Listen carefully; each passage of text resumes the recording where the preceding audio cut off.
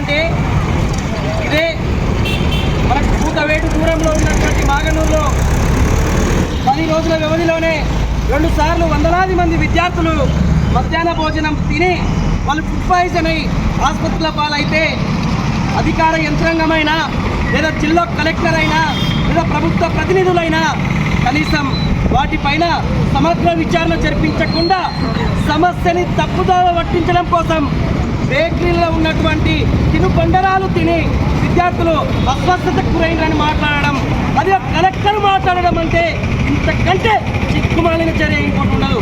అందుకనే విద్యార్థి సంఘాలుగా ఈ ప్రభుత్వానికి లేదా అధికార యంత్రాంగానికి ఒక డిమాండ్ చేస్తూ ఉన్నాం.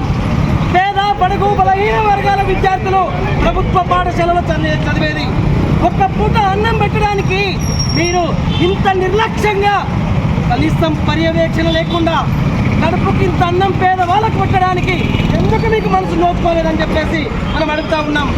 మీకు ఆస్తులు మేము అడగట్లే, నెల జీతం మేము అడగట్లే.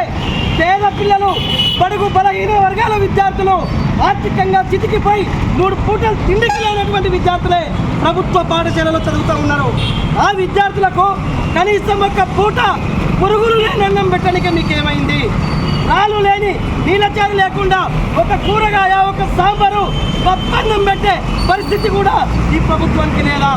మీరేమో ఏసీ కార్లు ఏసీ బంగళాలు సంవత్సరానికి నెలకు లక్షలాది రూపాయల జీతాలు మా పిల్లలకి పురుగుల అన్నము తిని ఆసుపత్రుల పాలవ్వడం అంటే పేదలని ప్రభుత్వ పాఠశాలలో కూడా చదవద్దు అని ఉద్దేశపూర్వకంగానే ఈ పాలకులు ప్రభుత్వం పేదలని దూరం చేసి కుక్కలు పన్నుతున్నారు. కాబట్టి విద్యార్థి మిత్రులారా, ఈ ప్రభుత్వం యొక్క నిర్లక్ష్య వైఖరిని నిరసిస్తూ ఈరోజు రాష్ట్ర వ్యాప్తంగా కూడా నిరసన కార్యక్రమాలు చేయాలని టీడీఎస్ ఇతర విద్యార్థి సంఘాలు జరిగింది. అట్లనే ఈ సమస్య మీదే రేపు రాష్ట్ర వ్యాప్తంగా కూడా పాఠశాలల బంద్కు పిలుపునివ్వడం జరిగింది. అందుకనే ప్రభుత్వం స్పందించే వరకు విద్యాశాఖకు పూర్తి స్థాయి మంత్రి నియమించే వరకు సంవత్సరం అవుతుంది. ఏమైంది? పూర్తి స్థాయి విద్యాశాఖ మంత్రి ఏడా? విద్య మీద సమీక్ష ఏడా?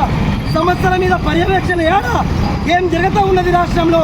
ఎందుకు వందలాది మంది విద్యార్థులు చనిపోతూ ఉన్నారు అని చెప్పేసి మనం ప్రశ్నిస్తూ ఉన్నాం. అందుకనే తక్షణమే పూర్తి స్థాయిలో విద్యాశాఖ మంత్రిని కేటాయించాలి. ప్రభుత్వ పాఠశాలలో మౌలిక సదుపాయాలు కల్పించాలి.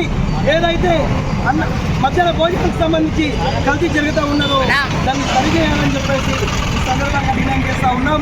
లేకపోతే అధికార పార్టీ ఎమ్మెల్యేలని, మంత్రులని, ముఖ్యమంత్రి ఎక్కడికక్కడ విద్యార్థి సంఘాలు ప్రజలు అడ్డుకుంటారని ఈ సందర్భంగా డిమాండ్ చేస్తూ నాకు ఇచ్చిన అవకాశాన్ని ఇంతటితో ముగిస్తూ ఉన్నా. ధన్యవాదాలు.